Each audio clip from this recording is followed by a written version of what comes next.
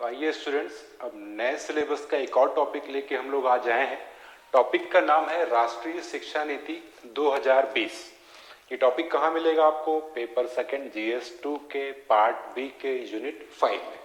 ठीक है, अब देखिए राष्ट्रीय शिक्षा नीति 2020 इसका घोषित कब किया गया? 29 जुलाई 2020 को घोषित किया गया। और एक अंतरिक्ष वैज्ञानिक है जिनका नाम है के कस्तूरीरंगन, इनकी अध्यक्षता में एक समिति गठित की गई थी। इस समिति की सिफारिश पर ही ये राष्ट्रीय शिक्षा योजना 2020 लागू की गई है। अब इस राष्ट्रीय शिक्षा नीति 2020 के प्रमुख उद्देश्य क्या है? देखिए, शिक्षा की गुणवत्ता व शिक्षा की सार्वभौमिक पहुंच करना और बढ़ाना, कुशल मानव संसाधन का विकास करना, अनुसंधानों व नवाचारों को प्रोत्साहन देना, भाषाई बाध्यताओं की समाप्ति करना और सुगम शिक्षा। यहाँ पे सुगम शिक्षा का मतलब जो है, ये मुख्य रूप से बात की जा रही है दिव्यांगों के लिए, यानी जो शिक्षा है वो दिव्यांगों के लिए भी सरलता से प्राप्त की जा सके, ऐसी व्यवस्थाएं करना है। तो ये हो गए इसके प्रमुख उद्देश्य। अब देखेंगे उन उद्देश्यों को प्राप्त करने के लिए राष्ट्रीय शिक्षा नीति 2020 में क्या क्या उपाय किए गए हैं। तो देखिए, उपायों के अंतर्गत शिक्षा पर जीडीपी का अब 6% व्यय किया जाएगा, जो कि पहले केवल 4.5% के आसपास दिया जाता था, बढ़ा के कर दिया गया है 6%। अगली चीज, आईआईटी, आईआईएम ऐसे जो कॉलेज हैं, इनके मानकों के स्तर पर या इन मानकों के समान ही नए विश्वविद्यालय स्थापित किए जाएंगे। अगली चीज, शिक्षकों के लिए राष्ट्रीय व्यावसायिक मानक विकसित किए जाएंगे, यानी जो शिक्षक पढ़ाने वाले हैं, चाहे वो स्कूलों में या उच्च शिक्षाओं में, उनके लिए एक मानक तय किया जाएगा जो राष्ट्रीय स्तर का होगा। इसके अलावा बीएड का भी एक कार्यक्रम लॉन्च किया गया है जो 4 वर्ष का होगा। अगला देखते हैं, भारतीय उच्च शिक्षा परिषद। ये भारतीय उच्च शिक्षा परिषद जो है, ये उच्च शिक्षा के लिए नियम बनाने वाली एक संस्था है जो सारे देश में एक ही होगी, जिसका नाम होगा भारतीय उच्च शिक्षा परिषद। अगली चीज है त्रिभाषा फॉर्मूला। त्रिभाषा फॉर्मूला क्या है? यानी कि बच्चे क्या पढ़ेंगे, हिंदी, अंग्रेजी, ये 2 विषय मान लीजिए। इसके अलावा तीसरी विषय जो है वो स्थानीय भाषा, उनकी जो कुछ भी हो उसमें वो पढ़ सकते हैं।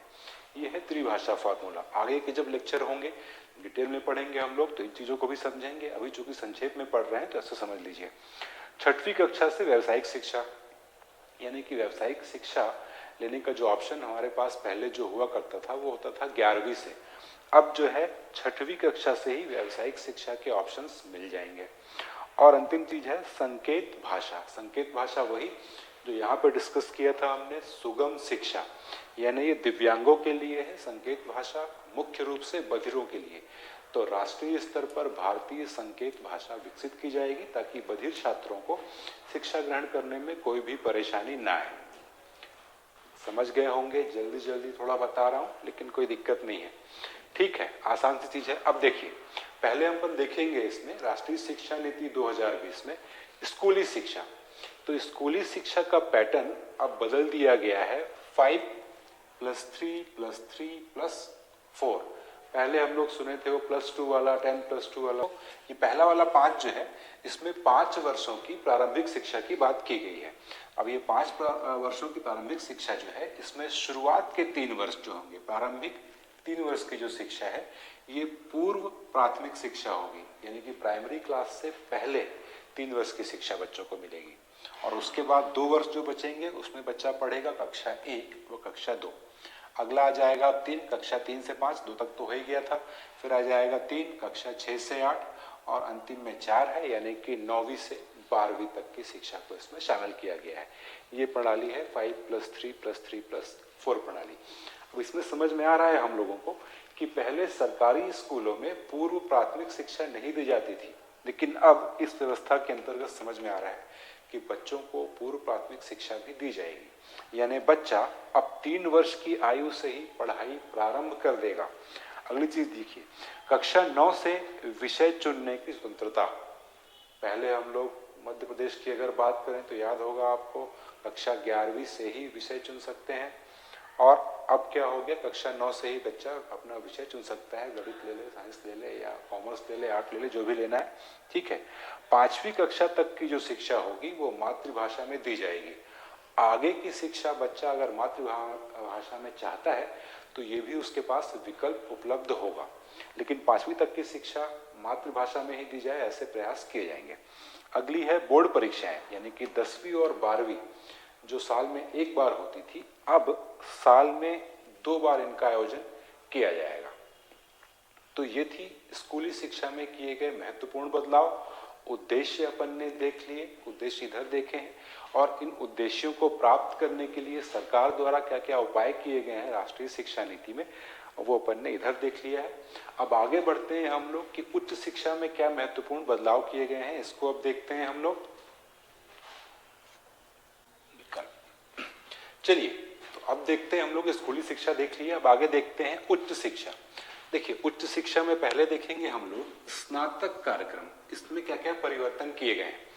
देखिए, पहले क्या होता था, जैसे 3 वर्ष का स्नातक कार्यक्रम है, यदि कोई छात्र 1 वर्ष पढ़ के या 2 वर्ष पढ़ के छोड़ देता था तो उसको डिग्री किस चीज की मिलती थी, किसी भी चीज की नहीं, यानी वो सिर्फ 12वीं पास रह गया। अब यहाँ पे सरकार ने ऐसी व्यवस्था कर दी है कि अगर वो 1 वर्ष भी पढ़ता है तो भी वो 12वीं पास नहीं, उसको एक सर्टिफिकेट दिया जाएगा। यानी स्नातक के 1 वर्ष की पढ़ाई या प्रथम वर्ष की पढ़ाई के लिए सर्टिफिकेट देगी सरकार। अगर 2 वर्ष तक पढ़ लेता है तो उसको डिप्लोमा मिल जाएगा, और 3 वर्ष अगर कंप्लीट कर लेता है तो डिग्री होल्डर बन जाएगा। ठीक है, ये हो गया स्नातक कार्यक्रम का। इसी में स्नातक कार्यक्रम में एक व्यवस्था सरकार ने और कर दी है कि मान लीजिए कोई छात्र केवल स्नातक करना चाहता है, यानी कि और आगे हायर एजुकेशन में नहीं बढ़ना चाहता, तो उसके लिए तो जो स्नातक कार्यक्रम है, ग्रेजुएट जो प्रोग्राम है, वो 3 वर्षों का रहेगा। लेकिन जो आगे पढ़ना चाहता है या शोध अध्ययन करना चाहता है, उसके लिए जो स्नातक कार्यक्रम है या डिग्री कोर्स है वो हो जाएगा 4 वर्षों का। ठीक है, ये व्यवस्था हो गई अपने ग्रेजुएशन लेवल की। अब देखेंगे अपन स्नातकोत्तर यानी कि पोस्ट ग्रेजुएशन में क्या परिवर्तन किए गए हैं। तो एक तो सरकार ने ये 5 वर्ष का संयुक्त ग्रेजुएट मास्टर कोर्स लॉन्च कर दिया है। ग्रेजुएट मास्टर कोर्स का मतलब क्या है, यानी 12वीं के बाद अगर आप चाहते हैं कि आपका पहले से ही फिक्स है कि आप मास्टर कोर्स करेंगे, तो मान लीजिए 4 वर्ष का आप पढ़ते हैं ग्रेजुएशन, उसके बाद मास्टर कोर्स करेंगे 2 साल का या 3 साल का, नॉर्मली 2 साल का, तो ये टोटल हो जाएंगे 6 वर्ष। अगर आपका पहले से डिसाइडेड है तो आप डायरेक्ट कर सकते हैं संयुक्त ग्रेजुएट मास्टर प्रोग्राम, जो आपका 5 वर्ष में ही कंप्लीट हो जाएगा। तो पहली सुविधा ये कि 1 वर्ष आपका बच जाएगा और आपको मास्टर्स की डिग्री मिल जाएगी। अगली चीज, पोस्ट ग्रेजुएशन में भी 1 वर्ष बाद पढ़ाई छोड़ने का विकल्प उपलब्ध होगा। जैसे यहाँ पे आपने 1 वर्ष पढ़ा और छोड़ दिया तो आपको सर्टिफिकेट मिला, वैसे ही अगर मान लीजिए आप ग्रेजुएशन के बाद किसी पोस्ट ग्रेजुएशन कोर्स में आपने एडमिशन लिया और 1 वर्ष के बाद ही आपको लगा कि अब दूसरा वर्ष में नहीं पढ़ पाऊंगा या नहीं पढ़ना चाहता, तो वो पढ़ाई आपकी बेकार नहीं जाएगी, उसके लिए भी सरकार सर्टिफिकेट देगी। तो ये कुछ खास परिवर्तन हुए हैं जो कि हायर एजुकेशन में है। इसके अलावा अपन देखेंगे तो ये IIT, IIM जैसे जो पहले पढ़ चुके हैं विश्वविद्यालयों की स्थापना, ये भी हायर एजुकेशन की बात है। शिक्षकों के लिए राष्ट्रीय व्यावसायिक मानक निर्धारित करना, बीएड का कार्यक्रम 4 वर्षों का स्थापित करना, ये सारे हायर एजुकेशन की बात है। भारतीय उच्च शिक्षा परिषद का विकास करना या गठन करना, ये भी उच्च शिक्षा की ही बात की जा रही है। तो ये कुछ परिवर्तन हुए हैं, मुख्य परिवर्तन स्कूली शिक्षा में और उच्च शिक्षा में। तो यही थी राष्ट्रीय शिक्षा नीति 2020।